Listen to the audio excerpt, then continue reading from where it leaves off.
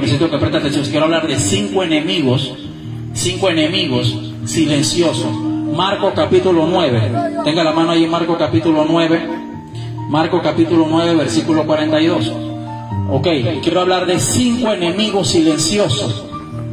Que si tú le permites a esos 5 que te controlen, te dominen, son los que van a hacer que tu alma quede en el infierno. Presta atención. 5 enemigos silenciosos. Siervo, no entiendo, ¿cómo así que silenciosos? Ok, parece ser que por lo que muchos no disciernen, la gente a veces pensamos que el enemigo es la persona que se levanta contra nosotros. Lamentablemente, o sea, se comportan como enemigos, pero en realidad no son nuestros enemigos. O sea, que están siendo influenciados por el enemigo es otra cosa, pero ellos no lo son. Yo conozco gente con que yo tenía 1 año, 2 años que no me llevaba, me hago entender, y no es porque no quería, yo siempre quería paz, pero la persona no, y se comportaba como un enemigo, pero siempre estuvo orando hasta que poco a poco se está viendo como una amistad ahora, pero no amigos. Amén. Acuérdate, amistad por cualquiera, amigo no. Ahora, presta atención, 5 enemigos silenciosos. Voy a mencionar 3 primero y los 2, pero quiero darle una pequeña introducción para que me entiendan. Voy a hablarlo con calma para que lo entiendan. Y amén, no haya excusa de que Dios no me habló, el día de mañana Cristo venga o lo alcance la muerte, porque no vamos a vivir para siempre. Escuche bien, estos 5 enemigos viven con nosotros, ellos caminan contigo, caminan con nosotros, ellos van al mall contigo, estos 5 enemigos hacen mandado contigo, esos 5 enemigos van al baño contigo, esos 5 enemigos viven en tu casa contigo, duermen contigo, esos 5 enemigos tú los tratas con ellos. Esos 5 enemigos tienen vida, no están muertos, tienen vida. Esos 5 enemigos se mueven. Esos 5 enemigos, ¿cómo te digo? Para donde tú quieras que vaya, ellos están contigo. Amén. Entonces, acuérdate que Efesios 6:12 dice de que nuestra lucha no es contra sangre ni carne, sino contra principados y potestades y huestes de las tinieblas que deambulan en las regiones celestes. Ahora, usted ve que aquí en el 9, versículo 42 en adelante, dice: cualquiera que haga tropezar a uno de estos pequeños que creen en mí, mejor le fuera, ¿ya lo tiene? Que mejor le fuera que se atase en una piedra de molino al cuello y se arrojase en el mar. Voy a explicar ese punto poco a poco, porque la gente lo está confundiendo y no es lo mismo. Ok, aquí está hablando del tropiezo, que ese es otro tema, pero no tiene nada que ver ahora mismo. Yo voy a hablar no del infierno, sino que quiero hablar de lo que puede causar, de los causantes que tu alma quede en el infierno. No es lo mismo hablar del infierno que hablar de los que causan que tu alma pueda llegar al infierno.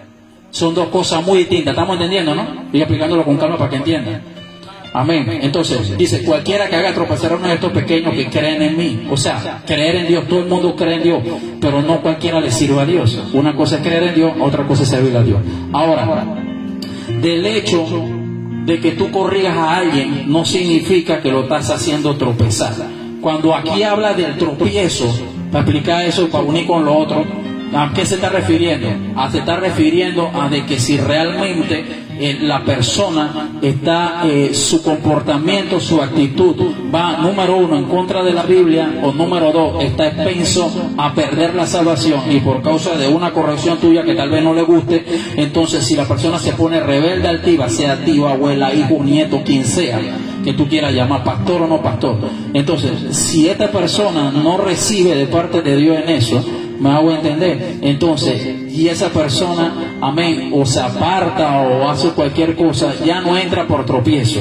¿Alguien está entendiendo? Porque ayer Mateo lo amarra, Cristo los amarró con la palabra diciendo que muchos por no entender la palabra tropezarán. Por lo menos en este caso, ok, si usted está viviendo, vamos a poner, usted está viviendo una vida de miseria y pobreza y ruina, usted no puede echarle la culpa a un Dios que bendice, suple y abastece todas nuestras necesidades conforme a sus riquezas en gloria, como Él lo dice. Amén. Tiene que haber un problema. Si usted está pasando esa cosa Y entonces, y usted no le puede echar la culpa a Dios, la culpa la tiene usted. Porque si Dios es un Dios que bendice, entonces ¿por qué razón yo estoy viviendo miseria y pobreza? La Biblia dice de que no hay un justo, no he visto, no lo he visto, dice el salmista David, no he visto ni un justo desamparado, ni su descendencia que mendigue pan. O sea, entonces, si yo estoy mendigando pan y estoy pasando miseria, los que mendigan pan, y usted sabe quiénes son los mendigos. Amén. Entonces, el detalle es eso. Si están mendigando pan y yo estoy pasando necesidades, amén, que muchos pasan necesidades, pero otra cosa es mendigar, vivir mendigando. Son dos cosas muy distintas. Gente que nada más quiere vivir de tu bolsillo, quiere vivir de lo que tú te ganas. Me hago entender, quieren vivir, llegan a tu casa, hola, ¿cómo estás? Esto y lo otro, por lo primero que miran, a ver, ya cocinaste. Y esta cosa, llegan a la hora, al mediodía o a la hora que tú estás cocinando. Son gente que ya tú conoces. Entonces, cuando le quiero hablar de eso, si estás pasando eso, entonces quiere decir que dice, no he visto ni un justo desamparado ni su descendencia que mendigue pan. Entonces, pero ¿por qué tanta miseria? ¿Por qué las cosas se ponen duras y se me cerra la puerta? Porque quiere decir que no andas viviendo como justo delante de Dios. Porque ahí dice, no he visto ni un justo. Si hubiera dicho, no he visto ni un desamparado, no, ahí dice ni un justo. Entonces, si hay un justo viviendo, el justo son los siervos, son los cristianos. Entonces, si él está viviendo como miseria, con pobreza, entonces quiere decir de que ese justo no vive como justo, ni camina como justo, ni vive como justo. Son dos cosas muy distintas. Entonces, ese es el resultado por la cual hay una maldición que se llama miseria y pobreza. Entonces, vivirá en la miseria y va a perjudicar su descendencia. No es justo desamparado, ni de su descendencia, los que le siguen, que mendigue pan. Si lo está viviendo y lo está pasando, es porque no está siendo justo. Ahora, yo conozco personas, y esto es claro, esto es así, porque si queremos que la gente se salve hay que hablar con la verdad, pero en la palabra. Si yo conozco personas que deberían, que si no reciben la ayuda de 2 o 3 personas, vivirían bajo miseria y pobreza, y aún así no agradecen. ¿Alguien me está entendiendo? Y es cierto, me hago entender, y no han percibido. Ahora, presta atención, uno de los primeros enemigos silenciosos es tu mano. Ahí lo está diciendo en el 42, presta atención, no se me quede viendo, va a pensar que soy yo. Dice, si tu mano te fuera ocasión de caer, córtala, mejor te entrar en la vida, o sea, en el reino de los cielos, que teniendo 2 manos, e ir al infierno y al fuego que no puede ser apagado. Ok, está hablando de la mano. Más adelante, tú ves que habla, en el 45, habla de tu pie.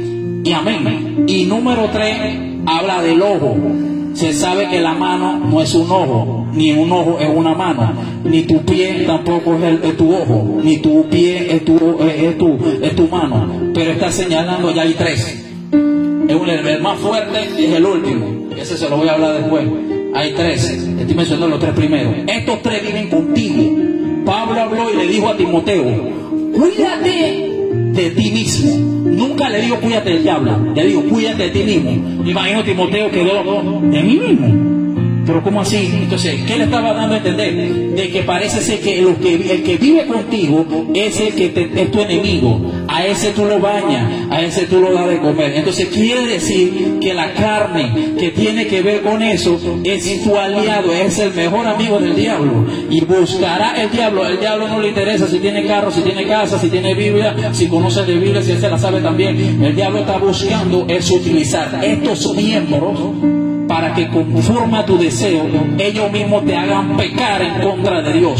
Y cuando tú pecas en contra de Dios, usando estos miembros que la Biblia le llama, que están dentro de uno solo, que se llama templo del Espíritu Santo. Entonces, cuando tú haces eso, enseguida de una vez, la carne va siendo controlada por una influencia que ya usted sabe que tiene que ver de parte del diablo. Y eso es lo que puede causar que tu persona al final quede en el infierno. Ahora, siervo, sí es verdad.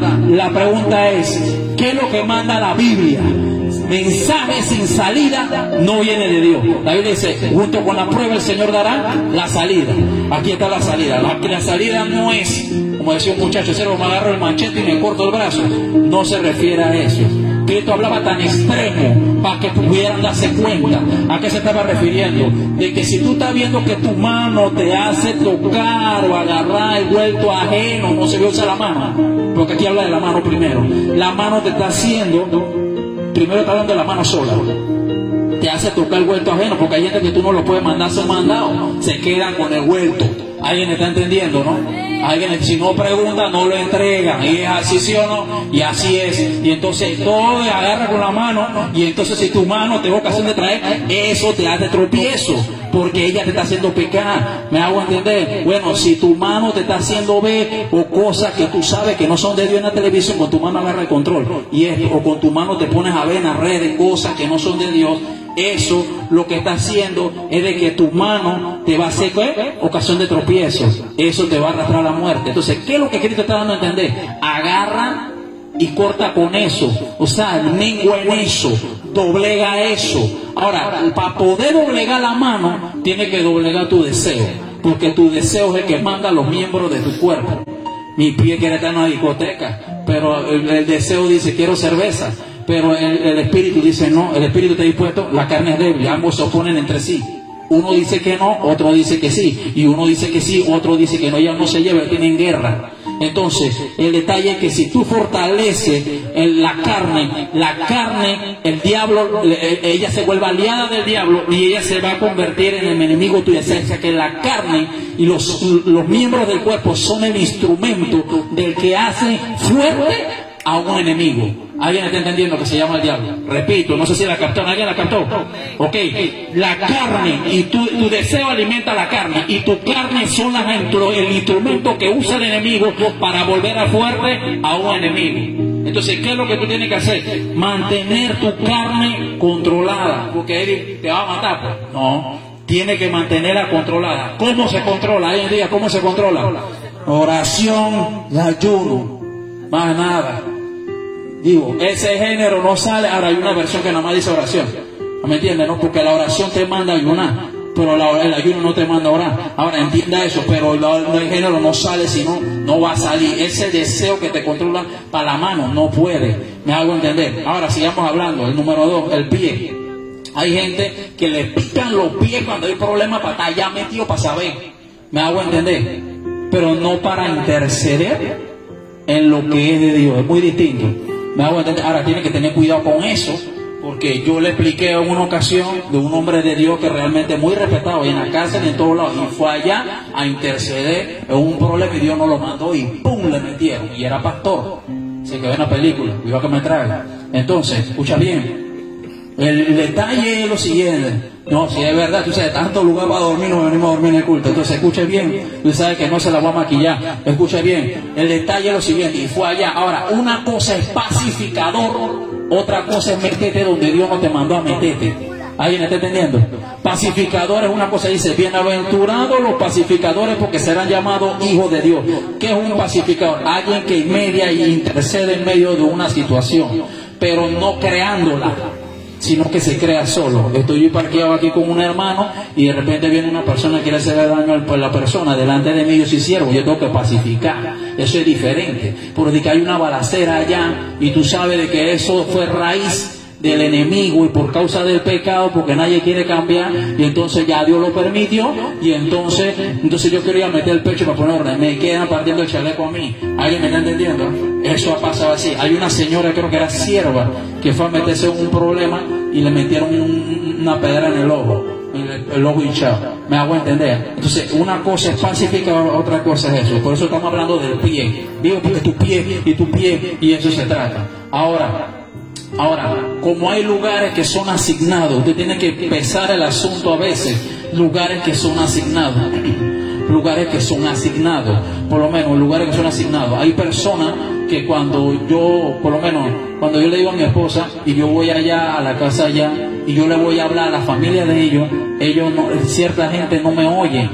Pero cuando ella le va a hablar ya, ellos sí la oyen. O sea, parece ser que la unción que Dios puso sobre ella está asignada para llamar la atención en esa persona. No es que Dios no me puede usar, pero parece ser de que hay unas personas que ya por la trayectoria, la unción, amén, y por los años de intercesión, antes que uno llegara a un lugar, ya los demonios aquí la conocían o lo conocen, y entonces hay un respeto por esa persona. Entonces cuando tú le vas a hablar a esa persona no te oye, pero cuando viene esa persona a interceder, todo el mundo calla.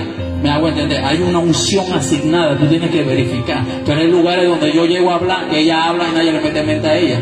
Ya por ahí, para cuando yo hablo todo el mundo calla. Entonces puede ser que cuando tú llegues todo el mundo calle, pero cuando yo hable nadie calla, todo el mundo habla. Entonces hay una unción, de eso se trata. Tú nada más tienes que verificar cuál es el lugar donde Dios te está poniendo o donde Él quiere de que tú liberes esa unción. Pero tienes que saberlo usar. ¿Alguien está entendiendo? Seguimos hablando del pie. Puede ser de que el pie tuyo te controle.